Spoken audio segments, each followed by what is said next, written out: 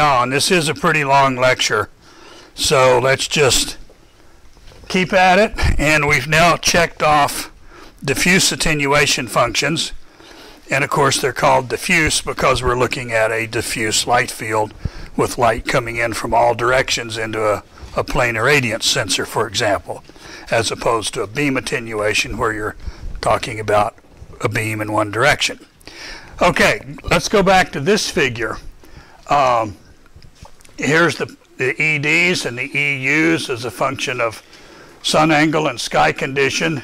And before, we kind of observed that these all have just about the same slope with depth, so that gave us the idea of taking a derivative. But now if we come back and say, well, wait a minute, the ratio of the EU, the blue one, to the ED, blue one, that looks about the same as the ratio of, you know, the purple EU to the purple ED.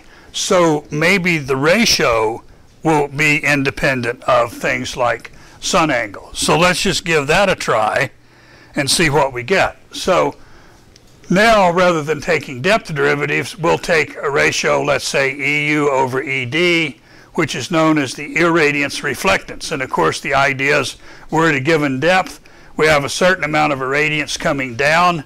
It does whatever it does in the water, and some of it comes back up. So that's the irradiance reflectance at a given depth. And of course all of the stuff is a function of wavelength. Well, if we plot these things for the same thing we were looking at, chlorophylls of 1 here, chlorophylls of 5 here, we notice that these irradiance ratios here, and this is at 550 nanometers, they're different at the surface, function of sun angle, but those differences tend to go away with depth. Notice the higher the chlorophyll, the sooner the surface effects go away with depth. And that was the same thing for the K functions. So why would the surface effects disappear sooner with depth for the high chlorophyll than for the low chlorophyll? What's difference there? Any speculations?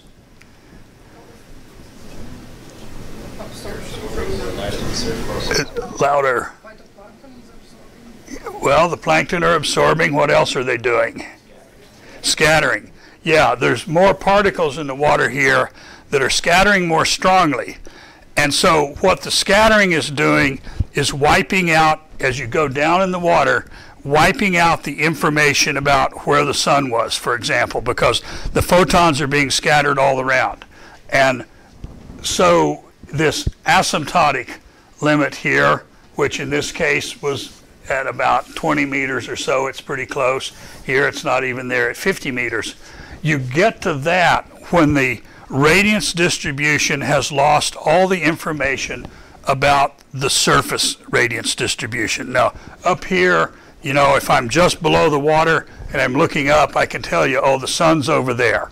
But if I go down to 100 meters, I can't tell you if the sun's in that direction or that one, because scattering has redirected all the photons at least once or twice. And so the radiance distribution becomes diffuse, and diffuse means that you can't tell where the sun is. Diffuse does not mean isotropic. The radiance is not the same in all directions, but there's no direct beam from the sun making it down this deep. It's another one of these terms that's often confused. An isotropic radiance distribution, the same in all directions, is diffuse, but a diffuse radiance distribution is not necessarily isotropic. It just means you can't tell where the sun is. And in general, underwater radiance distributions are never actually isotropic. Okay, so anyway, you can see here there's another AOP that up at the surface does depend on things like sky conditions, but the deeper you go, the less and less the dependence is. So that's an AOP that was easy to measure because, once again, you have your instrument, it points upward, you get ED, turn it over, you get EU, you take the ratio. You don't even have to calibrate the instrument. You just have volts to volts or whatever it happens to be. Here in a paper, Russler and Perry, you know those guys, they have some measurements here of irradiance, reflectance, estuarine, fjord, coastal, oceanic water. And of course now you see the oceanic water, it's a nice blue spectrum, okay, probably low chlorophyll. Fjord water, very green spectrum. Coastal water, a little more blue but still kind of green. Estuarine water, you know, look at the red curve here, that peaks out in sort of the yellowish green. So you're beginning to be able to take a spectrum like this, realize there's variability, but this variability is due to things like chlorophyll concentration, not due to things like sun angle. So that's what you're after, is that being able to look at an AOP and figure out something about the water body with a minimum effect of the external environmental conditions. Okay, so here's just some simulations, once again, in Hydrolite, and this is the sort of stuff you'll be able to do by the end of the week. So I did 3 different chlorophyll concentrations, 0.1, 1, and 10, and the sun at 0 and 50 in a clear sky and a solid overcast. So if we look at these 3 curves here, for example, one of these is the sun at 0, one's the sun at 60, and one's the overcast sky. So there is some variability here due to sky conditions. And same thing, this is chlorophyll of 0.1, 1, and 10. So there's variability still because of, in this case, the sun angle or the sky conditions, but that variability is a lot smaller than the variability due to the chlorophyll concentration. So that's what we're after. Minimum effect by the environment, maximum effect by what's going on in the water. Okay, so the next thing here, and in the old days, like about the time you guys were born, people were using R as their sort of fundamental quantity for doing remote sensing. Why? Because they had the instruments that could measure it. But then they realized, hey, we can do better. And how you do better is with the remote sensing reflectance that Ken talked about. So when you have an instrument up above the water looking downward, you click the button and it measures a radiance coming up. But as Ken said, part of that radiance is what you want. It's the radiance coming out of the ocean, and that's what carries information about the water column. But part of it is simply sky and sunlight reflected by the surface, which to us is noise. And you can't tell from simply making a measurement how much of each you have. So here we've got sun coming in, some gets into the water, some gets absorbed, it's never seen again, some gets scattered, and eventually some of that gets out of the water. That's the water leaving radiance. Some is reflected by the surface, and your instrument is going to measure the sum of those two.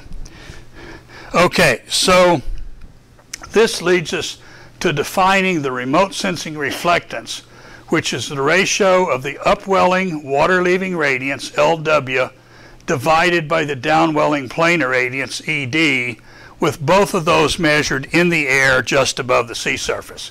So that's our definition, but of course you can't measure this directly because you're measuring the total upwelling, not just the water leaving part here. So this then for many years was the thing that everybody used for doing remote sensing of the oceans. And of course I can point my radiometer in any direction, so RRS depends on the theta and phi direction you're looking at, and ED doesn't have an angular dependence, but the water leaving radiance does. So anyway, that's the idea. Irradiance is coming down from all directions, and then you look at how much comes out of the water in a particular direction, theta phi. So that's the definition of water leaving radiance, and you guys are going to be measuring this starting tomorrow, I guess. And now if we look at the same simulations that I just showed you for the irradiance reflectance, but now for the remote sensing reflectance, here's RRS, and that's units of per steradian. Now we still have this big variability due to the differences in the water IOPs, in this case chlorophyll of 0.1, 1, and 10. And now there's much less variability due to sun angle, wind speed, things like that. So this is a better AOP than the irradiance reflectance, because we still have this variability, but we've squished down the environmental effects to even smaller. If you just look at that curve versus wherever it went here, that curve, you know, this much has now gotten smaller. And that's what we're after to get a good AOP. Whoops, wrong direction. Okay, so the remote sensing reflectance is a pretty good AOP. And on the other hand, this is for a given viewing direction. I think we're looking straight down here, so we're looking down for different sun angles. If we look at different viewing directions, it's now a little bit uglier. So here we're looking for the same chlorophylls.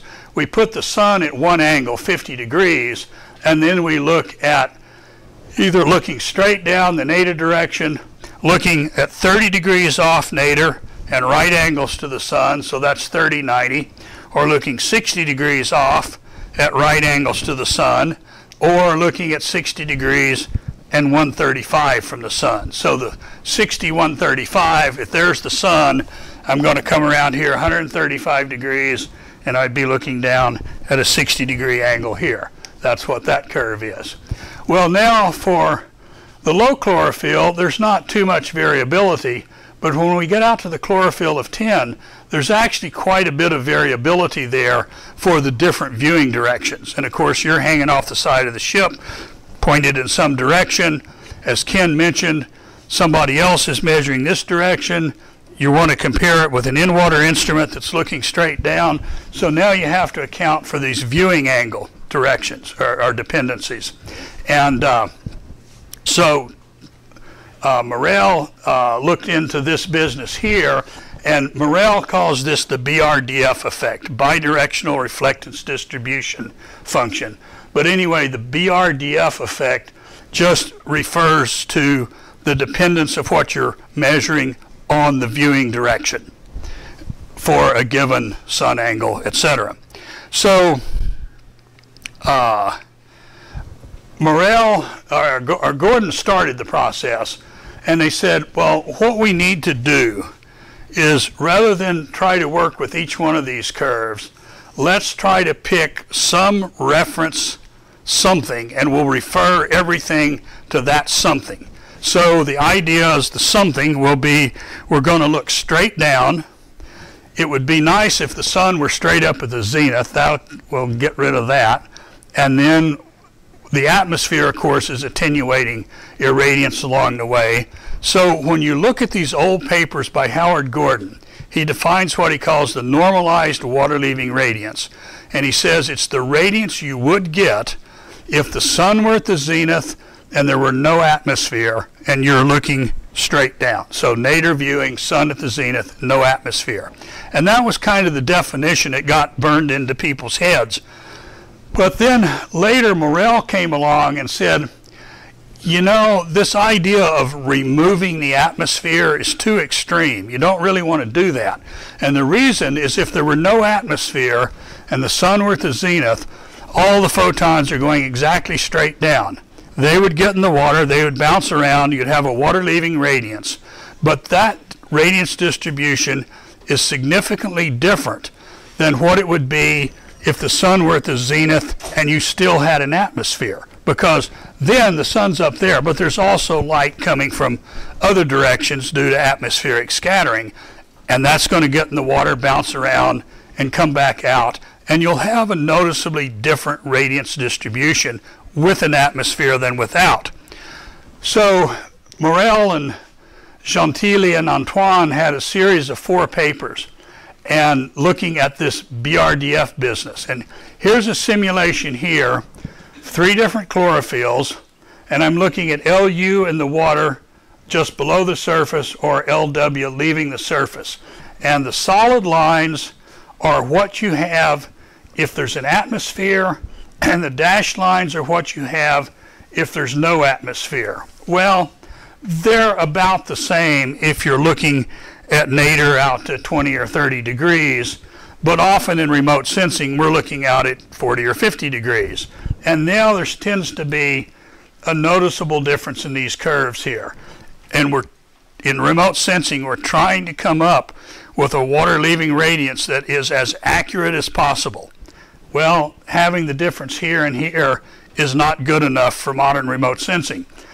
So Morrell looked at correcting this. He said, this is not good enough. We really have to pick a standard atmosphere and correct everything to that. So what he says is that the normalized water-leaving radiance is the water-leaving radiance that would be measured by a nadir viewing instrument if the sun were at the zenith in the absence of any atmospheric loss and when the Earth is at its mean distance from the sun.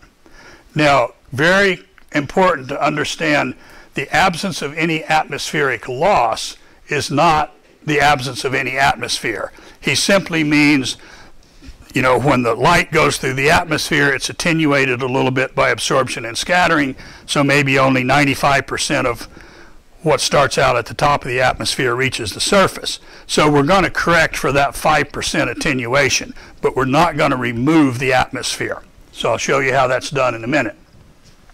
And I'm pretty good at opening cans of worms, as the phrase is in English, means I cause a lot of problems for people.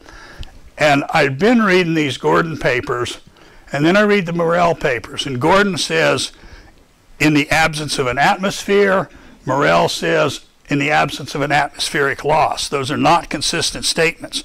So I saw Howard Gordon at his retirement party a month or so ago, and I said, okay, Howard, Morrell says this, and you say that. Now, which one of you is right? How do you interpret your equations? And Gordon, who's the god of the field, says, well, you know, I'll have to think about that a couple of days. So I'm pretty sure if Morrell were still alive, Gordon and Morrell would still be arguing over the right way to define these things and what they really mean. But after a lot of emails and conference calls and all this, we finally agreed on the following. And there's a big page on the Ocean Optics web book that says this is the one true, most holy, and exact definition of normalized water-leaving radiance approved by Gordon, Antoine, Jeremy Wardell, etc. They've all blessed this, and I'm happy with it. So here's the idea. You're going to go out, you're going to measure the upwelling radiance above the surface for some sun angle and some viewing direction, and phi is the azimuthal direction between the sun and your viewing direction. So you're going to some way come up with that. In your case, you may go out on the dock, you measure it, you subtract off the surface reflectance. In the remote sensing world, maybe this comes from taking a top of the atmosphere radiance and doing atmospheric corrections. But somewhere you now think you have the water-leaving radiance for a particular sun angle and viewing direction. So then what you do is you take that and you divide by the cosine of the solar zenith angle. So if the sun's at 60 degrees, you'd be dividing by cosine of 60, which is 0.5. So what that does is it moves the sun to the zenith. If the sun's at 60 degrees, you're going through more atmosphere, so less irradiance is getting to the surface. So you're going to increase the number to what you would get if the sun were at the zenith. Then you divide by this T of theta S. That's the diffuse transmittance of the atmosphere for the sun's irradiance along the direction where the sun is. Now, where do you get that number? Well, that's another big calculation for atmospheric stuff, but Jeremy Wardell will say a little bit about that. But that number might be like 0.92, 0.95, 0.98. It's the diffuse transmittance is telling you what fraction of the top of the atmosphere solar irradiance actually made it to the Earth. If it was 95%, then you want to divide by the 0.95 to increase the value at the surface a little bit. And that's taking care of the atmospheric attenuation. So we've now removed, we put the sun at the zenith, we've removed atmospheric attenuation, and now R is the distance from the Earth to the sun at the time of your measurement versus the annual mean average. So if we were a little further from the sun, R is bigger than R naught, you want to increase the value a little bit to account for, or to normalize things to what you would get if the Earth were at its mean distance from the sun. So that's called the normalized water leaving radiance. And notice it still depends on the viewing direction. We've taken out the solar direction effects here, but it still depends on the viewing direction. And so now the next step is to get rid of the effect of the viewing direction. Ken? So if you look at that equation, though, that is, at least quickly in my head, that's LW divided by E sky measured times E0. That's yeah. This whole business here is basically the extraterrestrial solar irradiance. It's the ratio of the extraterrestrial irradiance and the measured sky irradiance, because that fits into that T theta S. Well, this times this times this is the extraterrestrial, or times the, sorry, this times this times this times the extraterrestrial is ED at the surface. Yeah. Yeah. So operationally, it's what I showed as the normal water radiance, where it's the measured LW divided by the measured sky times Right. E0. Right. Except, is there an except there? No, I think, yeah, you're right. So anyway, this is what Ken was showing you, and when you read the papers, they'll tend to write it like this, so you explicitly see all of these little pieces. But yeah, this is basically ED at the surface here, just rewritten. Okay, but it still depends on the viewing direction. So the next final step is to get rid of the viewing direction effects. Yeah? Where do we get the Earth-Sun distance? You'd say it's June the 12th at, and you go to the book of tables and you can compute where we are today. Yeah. That's the one number you can actually get accurately. Yeah. Okay, so then Morel did a big study of the viewing angle effects. And he comes up with this big correction that says take the thing you measured for the particular viewing direction. Now, that water leaving radiance is affected a little bit by the surface wave state, because if it's a level surface, more light gets in or less light gets in. All depends on the wind speed. So he has a factor here, R, that depends on the wind speed, W, and it depends on the viewing direction at the direction you're looking at. And then he's normalizing the direction you're looking at to looking straight down. And so that gets rid of the surface effects. Then here's this F over Q business that Ken talked about. So here's F over Q for your sun angle, for your viewing direction, for a particular atmosphere, which is a sort of standard clear sky marine atmosphere, for a particular wind speed, and for particular IOPs in the water body. So how did Morel, where did he get the IOPs? He used the little IOP model for case 1 waters where he plugs in the chlorophyll. So he's got a standard atmosphere, picks a wind speed, picks a chlorophyll, that gives him the IOPs. Then he can compute this F over Q ratio for a given viewing direction, and he can compute the F over Q ratio for the nadir viewing direction and the sun at the zenith.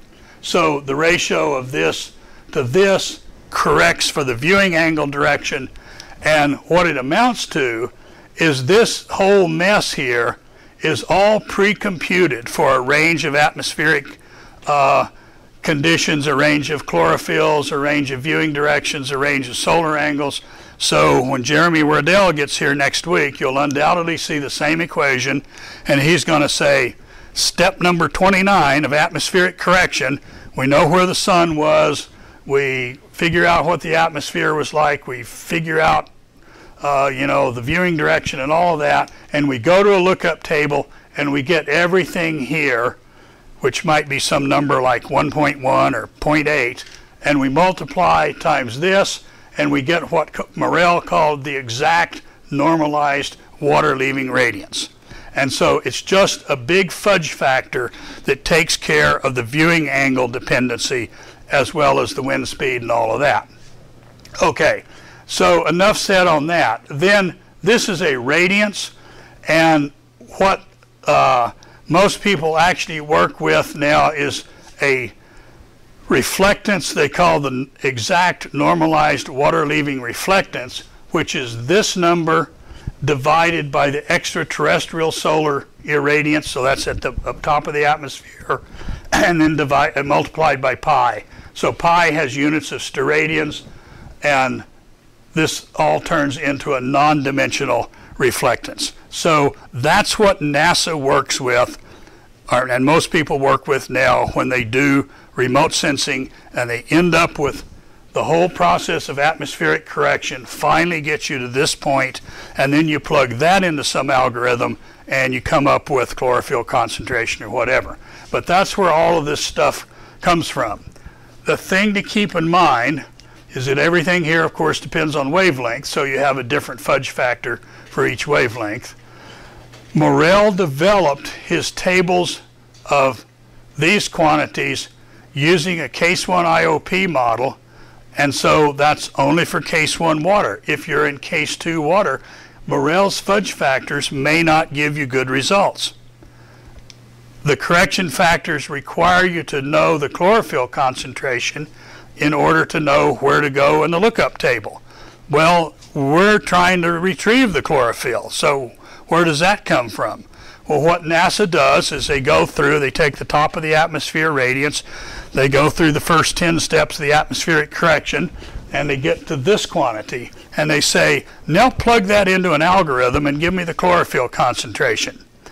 And that algorithm depends on which satellite you're talking about and all that, but if it were like MODIS, it might be the OC whatever version 4 algorithm. They get a chlorophyll.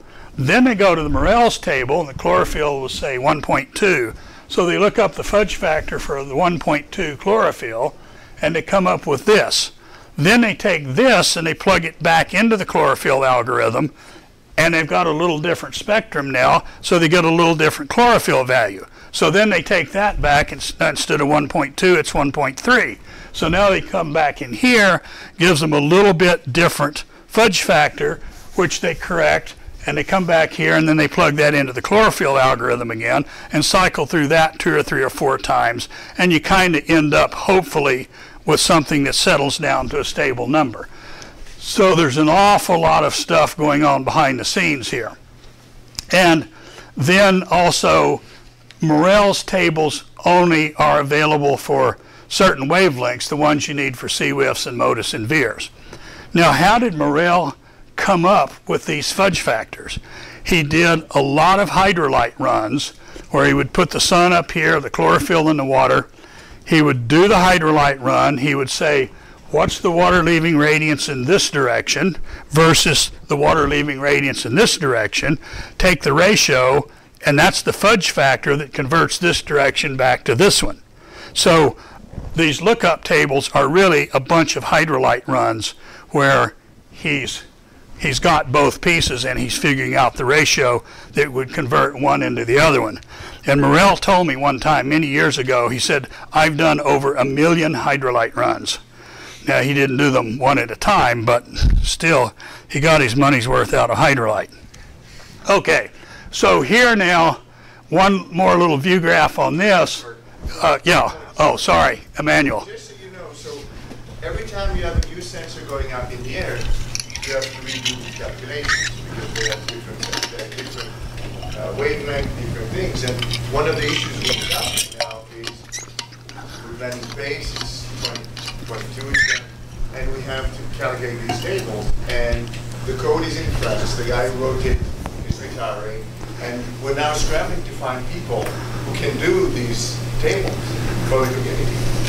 So there is a need for modelers still, and ready to transfer modelers, and hopefully some of you will fill in those needed spots, because we all rely on these numbers even if we don't generate them ourselves. And just so you know, as a field, there's a lot of service going on. I mean, yes, you write a paper with it, but then many people downstream use it. Yeah, and we'll be doing well if we can just get through this class without me dying of a heart attack. So, I mean, I'm getting up there. I can still kayak, but I don't go uphill as fast as I used to. My climbing days are over. So, you know, that's the future of ocean optics. Is there's a lot of people now know how to run AC9s, but not many people know radiative transfer theory. Okay, so one more comment here. Here's a little plot where I plotted this reflectance here, the row thing, for the sun at 50 degrees, viewing angle of 30 off nadir, and 90 degrees relative to the sun. That's the dotted line, and then I turned it into the exact normalized water-leaving radiance via the Morel fudge factors, although actually it was via hydrolite. And you can see here in this particular case, I don't remember what the chlorophyll was here. I guess, oh yeah, here it is, 0.5, 0.5 and 0.5 and 5. Sometimes it's very little difference, but sometimes, and the sometimes is mostly when it's very high chlorophyll, there's a significant difference in the unnormalized and the exact normalized radiances. So if you took these two curves and plugged them into some chlorophyll retrieval algorithm or a bottom depth algorithm or a particulate organic carbon algorithm or whatever, you might get significantly different answers for these two curves. So the game now is let's normalize everything to the same set of conditions, and we'll agree on that, and then we'll work with that. Okay, now the way you actually get this quantity here, the exact normalized water-leaving radiance when you're running at hydrolite, is you put the sun at the zenith, you compute the, part of the output of hydrolite says this is the remote sensing reflectance in the nadir viewing direction, and so you multiply that by pi, and here's this exact thing here. So you put the sun at the zenith, get the nadir viewing direction, multiply by pi, and that's it. And that's how Morel got his fudge factors. And there's a whole big page on the web book on the details of all this normalized reflectance business. And it's a can of worms, but that's the reality of the science. Okay, I don't want to say too much about mean cosines here, but I do have to cover them. They do get used occasionally. And the idea here is the average or the mean cosines are the average of the cosine of the radiance distribution of all the photons making it up, averaged over like downwelling directions or upwelling directions or all directions. So for example, the downwelling mean cosine, usually called mu bar d, you take, here's the radiance distribution, there's our solid angle, we're going to integrate over all downwelling directions, and then we're putting the cosine in here to get the radiance weighted cosine, if you wish. So if the sun's near the zenith, most of the photons are going straight down, they all have a cosine near 1. If the sun's out at 60 degrees, most of the photons are coming in at 60 degrees, so that would be a cosine of 1/2, so you'd get something like a 0.5 here. And then this thing is just normalized by the integral of the radiance without the cosine factor. So this, if you look at the equations, is just ED over E0D, downwelling planar radiance over downwelling scalar radiance. So this ratio is telling you what the average of the cosine is of all the photons that make up the downwelling radiance distribution. You can do the same thing for the upwelling radiance, or if you take the whole radiance distribution and integrate over all angles here, then you get, as I mentioned briefly a while ago, ED minus EU over the scalar irradiance. And keep in mind that the total scalar irradiance is the downwelling scalar plus the upwelling scalar, but the mean cosine for the whole distribution is not the mean cosine of the downwelling plus the mean cosine of the upwelling. It's just the way the math turns out.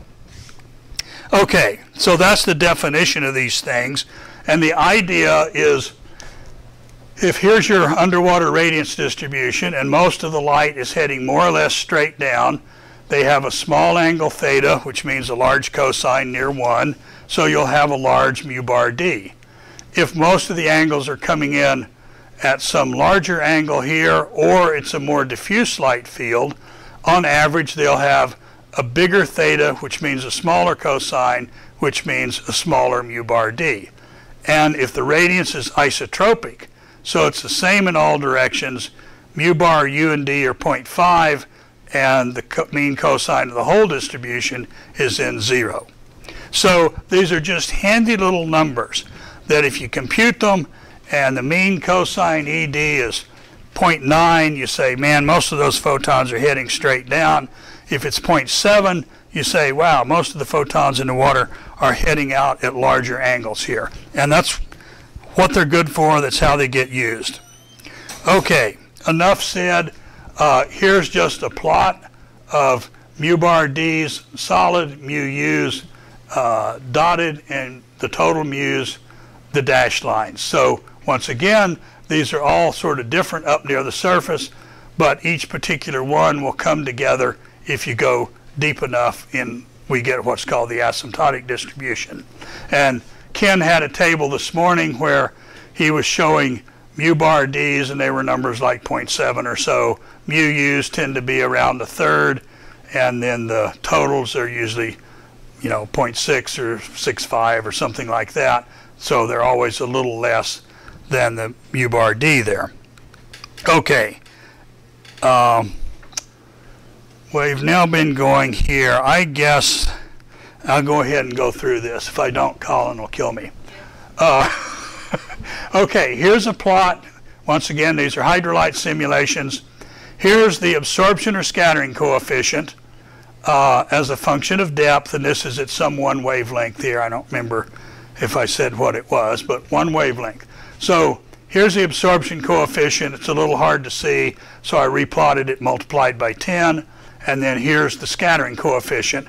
And I cooked up this chlorophyll profile that had a maximum chlorophyll at 20 meters, so you can see the absorption and the scattering are peaking at 20 meters. Now, let's look at the KD curve. It tracks where its peak is also right at close to 20 meters. So you kind of look at this curve and you look at this curve and you say, well, KD is tracking, maybe it's absorption, maybe it's scattering, but it's very strongly correlated with, in this case, the chlorophyll profile. Here's the reflectance curve. Well, it's got some bump here, but maybe its peak is a little higher.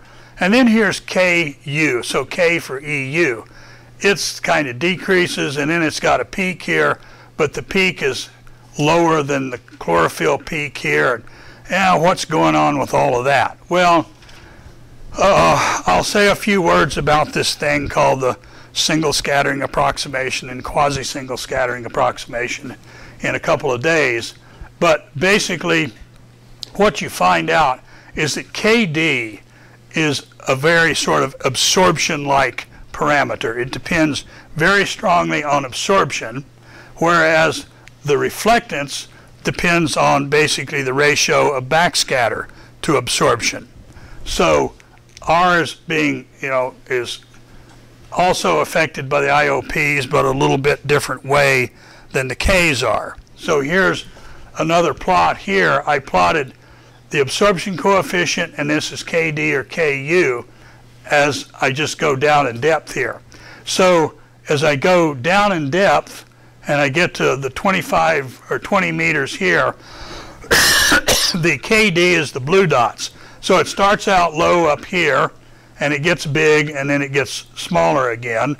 So here's KD, sort of traces this curve, surface to 20 meters and back, and so sort of strongly correlated with absorption. Absorption increases, KD increases. Whereas KU, it's a much more complicated looking thing. And the reason there is that KD is basically how your downwelling irradiance is attenuated. The downwelling irradiance is affected very strongly by absorption. More absorption, less gets down here. KD is bigger.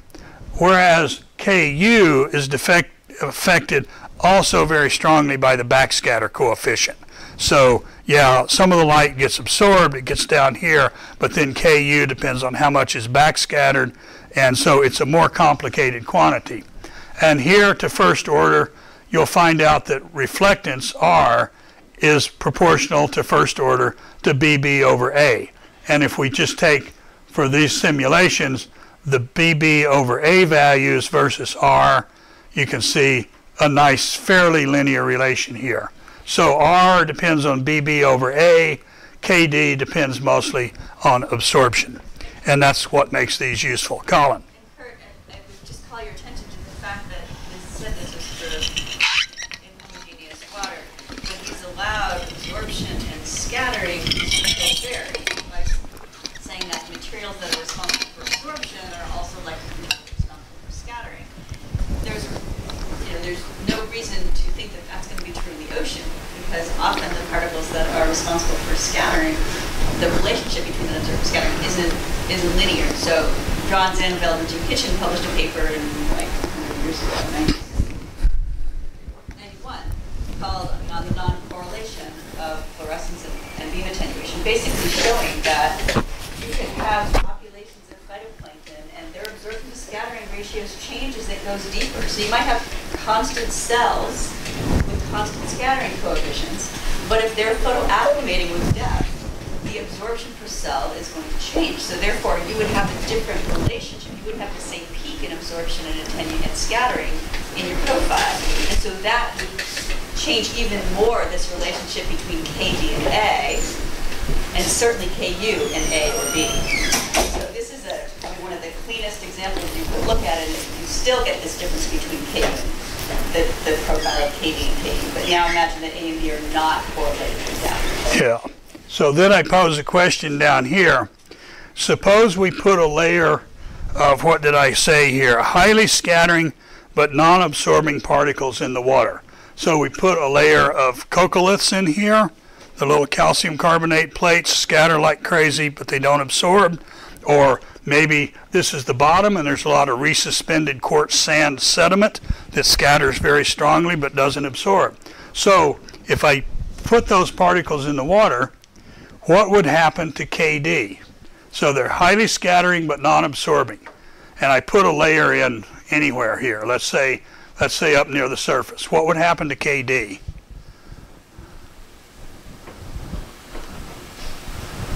KD depends mostly on absorption. Right, nothing. The KD is not strongly affected by scattering. So I put these highly scattering particles in there. I don't change KD much. What would it do to R?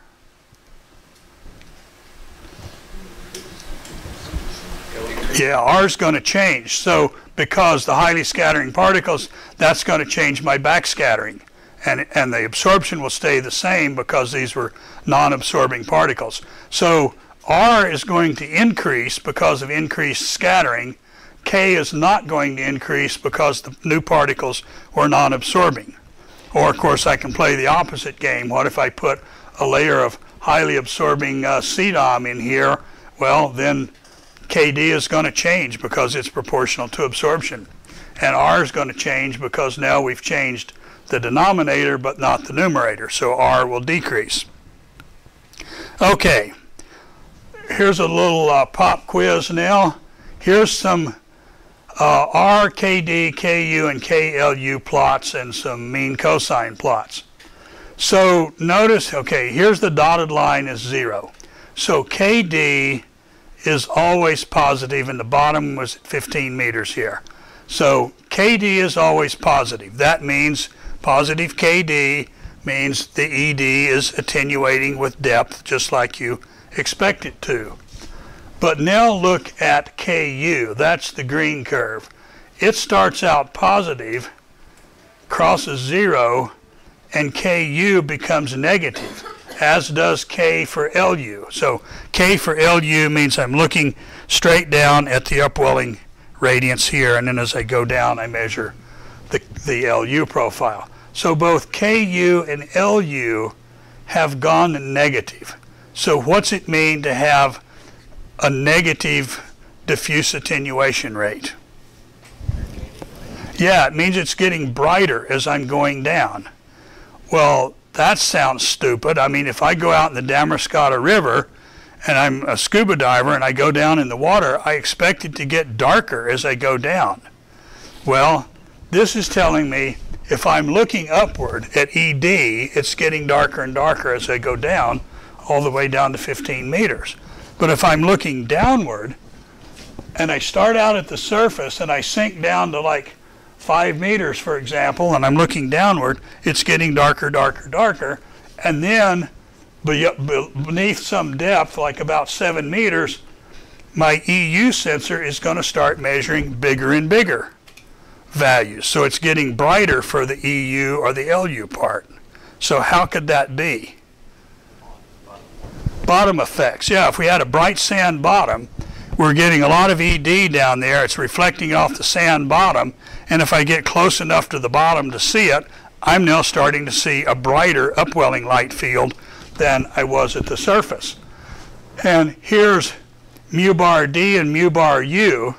So notice the mu bar D values, they're out around 0.7 or 0.8, so typical numbers. Here's the mu bar U, starts out at like 0.44 or something, and it increases and it goes to exactly 0.5. So that's telling me what about how the bottom reflects light? Remember from a couple of view graphs back, I said if the radiance is isotropic, mu bar D and U are 0.5. So it's telling me the bottom is reflecting light equally into all upward directions. That's called the Lambertian bottom.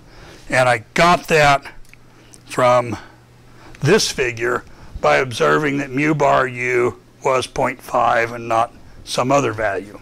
So we'll talk a bit more about Lambertian bottoms in a minute. Okay, so here is the answer. You know, the radiance is coming down, the bottom's reflecting radiance equally into all upward directions. Okay, enough said there.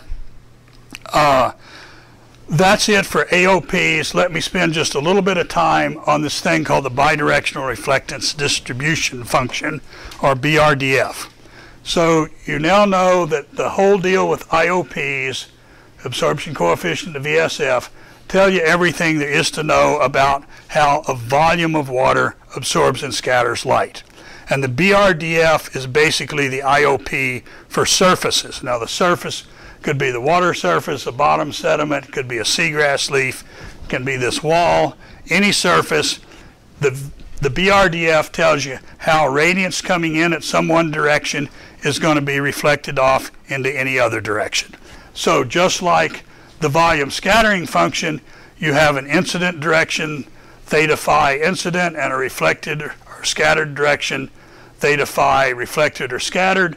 The BRDF, you have an incident direction onto the surface and a reflected direction coming off the surface. So the BRDF is basically like the VSF, except it's for surfaces and not volumes of water.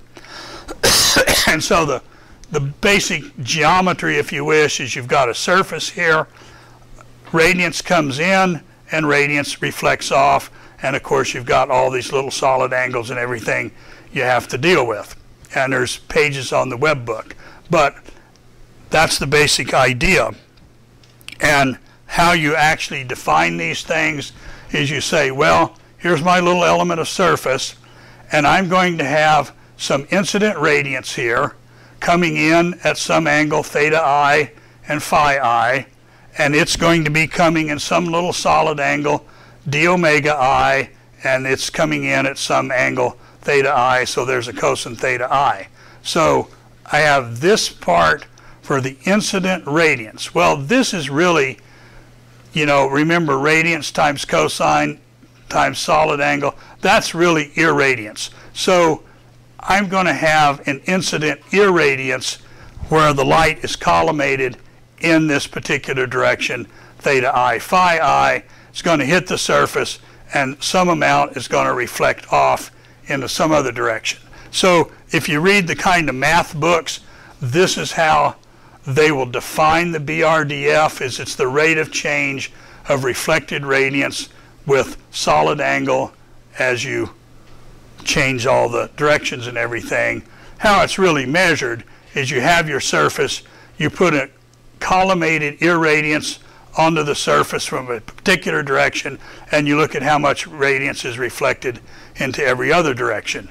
It's a bit of a mess to measure because you have to go through all incident directions and all final directions. And Ken is one of the few people that's ever done something like build an instrument you can put in the water, stick it on a sandy bottom, and cycle through all these incident and reflected directions and come up with a Brdf of a sand bottom, for example. It's very, very little real-world data out there.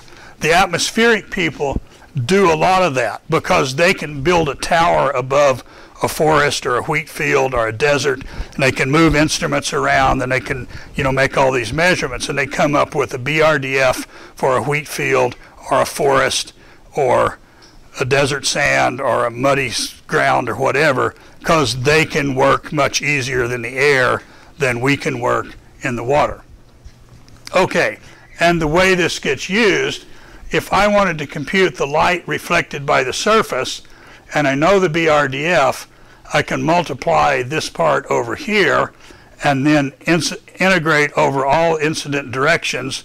So the incident radiance times the Brdf integrated over angles is going to give me the total light reflected into the one direction I'm interested in. So that's how these things get used.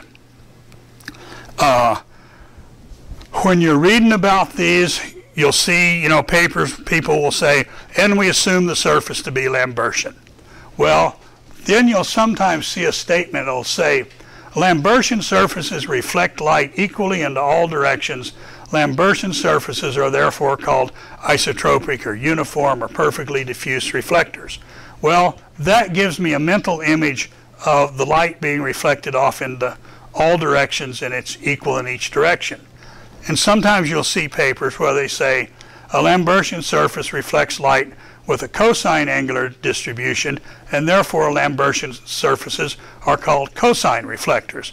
Well, that gives me the mental impression that the light's coming in and it's reflecting off in a pattern that depends on the cosine of the reflected angle. So which is right? I mean, they can't both be right. Well, I've purposely been vague about saying light here, because both statements are right, but it depends on what you're using to measure light. And the idea is this, that each point, if I have a Lambertian surface, and each point of that surface reflects intensity in a cosine pattern. So remember, intensity is power per unit solid angle. So if I have some little solid angle here, I'm looking back at the surface, and I move that little solid angle around, and I'm looking at just one point, then that pattern depends on the cosine of this reflected angle. But that means that the radiance is reflected equally into all directions, because when I point a sensor at the surface and it's got a certain field of view, I'm looking at many, many points of the surface, each one of which reflects intensity with the cosine pattern. So basically, each point is reflecting with a cosine pattern, but my radiance sensor is looking at an area here that's proportional to 1 over the cosine. If it's looking straight down, it sees a small area. If it looks off to the side, it sees a big area. So you've got the idea here is the number of points, or the surface area, seen by the radiometer is 1 over the cosine, and each point has a cosine pattern. So the end result is the radiance is then independent of the direction you're looking, but each point is a cosine pattern. So it's very confusing when you read papers and people are sloppy in their notation, and they'll say something like light or radiance when they mean intensity, and it's, just tuck this away. It's why Confucius said you need to call things by their proper names, because if you don't, you're really going to get confused between one paper and the other. And okay.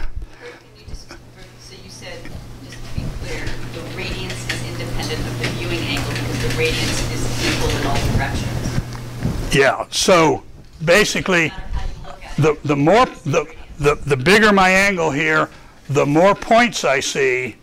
The area of this surface is proportional to 1 over the cosine, and each point is reflecting intensity by the cosine, so cosine times 1 over cosine makes the radiance independent of direction. But each point is a cosine reflector when you measure it in terms of intensity, power per unit solid angle. Okay, and then Lambertian BRDFs, well, it turns out since they reflect radiance equally in all directions, if you assume the surface is Lambertian, all you need to describe it is what they call the reflectivity in some papers, but that reflectivity is just the irradiance reflectance. So a Lambertian BRDF, its BRDF is the reflectivity over pi, which is our old friend EU over ED over pi. And rho is 0 for a black surface, it absorbs all the light. It's 1 for a white surface that reflects all the light.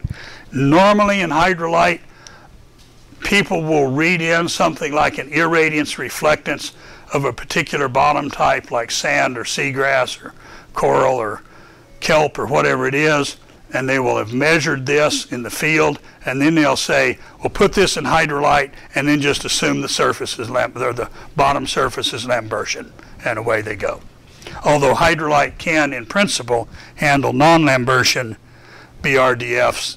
Basically, I think I'm the only person that's ever done a run like that. Okay, to close up on BRDFs, who knows more about BRDFs than anybody else in the world? And no fair peeking ahead if you're looking at this online. Who are the absolute undisputed authorities on BRDFs?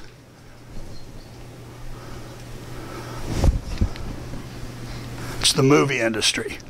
Because the way you make computer-generated movies is you make a wire grid model of whatever it is you're interested in, a person or a dinosaur or whatever, and then in each little patch of your wire grid model, you stick in whatever BRDF you want there, whether it's a BRDF for skin or clothes or dinosaur horns or whatever, and then you've now got this mathematical model where each point here has its BRDF, and now when you shine a light on it from, let's say, up here, then that surface is going to reflect radiance into all directions, and that's going to give you what this looks like if you had a real physical object there. So this is pretty realistic looking. This is from some movie I haven't seen, and but anyway, the only thing that's going on here is a wire grid model, and right here there's a BRDF for skin, there's a BRDF for lipstick, there's a BRDF for hair, there's a BRDF for whatever this is, and all of those are just in there, and they're all using the equations I showed you to say if the sun is up here and light is reflecting off of her, let's say right here, in the direction I'm looking, I get some amount of reflected radiance. Over here, it's in the shade. It might be the same skin, but it's a different incident angle, different reflected angles. It looks a little bit darker. It's all done with BRDFs. It's just astounding. They've spent 20 years of research to develop BRDFs that give realistic looking skin and hair. Those are the two hardest things. BRDF of the paint on the wall, that's easy. We can go measure that. But it's amazing. And here's a BRDF of the ocean surface, and you notice it starts out 0 wind speed. The wind is building up, so the waves are getting a little bigger, and all they're doing here is having a wind-dependent BRDF with the sun here, and then you're seeing how that surface reflects light. But it's all just a BRDF. And I also read the movie industry is now getting a certain amount of pushback because